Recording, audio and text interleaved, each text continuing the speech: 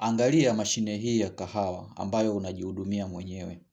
Ni tofauti na kwetu ambapo ukitaka kahawa unakwenda sehemu ambapo wanapouza kahawa and then wanakuhudumia, au wale watu ambao wanatembeza kahawa ukitaka kahawa wanakuhudumia.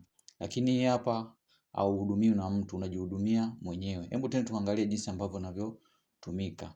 Hiyo sehemu ya juu hiyo ni sehemu ya kuingizia noti. Kwa kama una noti unaingiza sehemu hiyo hapo. Na ukiangalia kwa kule juu kuna alama za noti. Hapo ni kuingizia coin.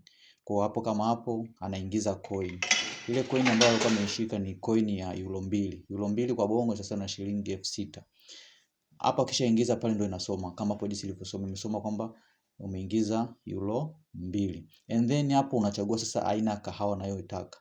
Ukiangalia hapo kahawa kuna chokolada, kuna cappuccino, kuna cappuccino instant, kuna cappuccino chokolada, umeona. Kwa hiyo unaangalia unayoitaka.